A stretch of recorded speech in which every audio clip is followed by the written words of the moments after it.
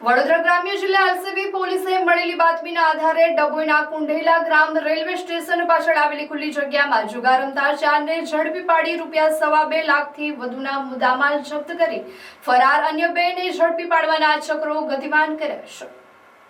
વડોદરા ગ્રામ્ય જિલ્લા LCB staff police station વિસ્તારમાં પેટ્રોલિંગમાં હતા તે દરમિયાન બાતમી મળી હતી કે કુંઢેલા ગ્રામ રેલવે સ્ટેશન પાછળ આવેલા ખુલ્લી જગ્યામાં કેટલાક ઇસમો ભેગા થઈ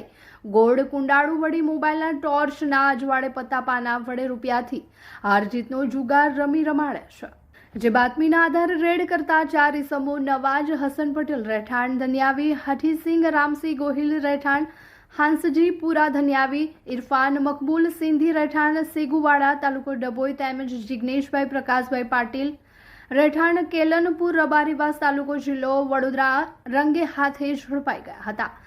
તમામની અંક ઝડતીમાંથી રોકડ ₹44,250 તથા દાવ ઉપરથી રોકડ ₹12,500 મળી પોલીસે રોકડ ₹56,750, 4 મોબાઈલ ફોન તેમજ 2 મોટરસાયકલ મળી કુલ ₹2,26,750નો મુદ્દામાલ જપ્ત કરી જુગાર ધારાની વિવિધ કલમો હેઠળ કાયદેસરની કાર્યવાહી હાથ ધરી છે।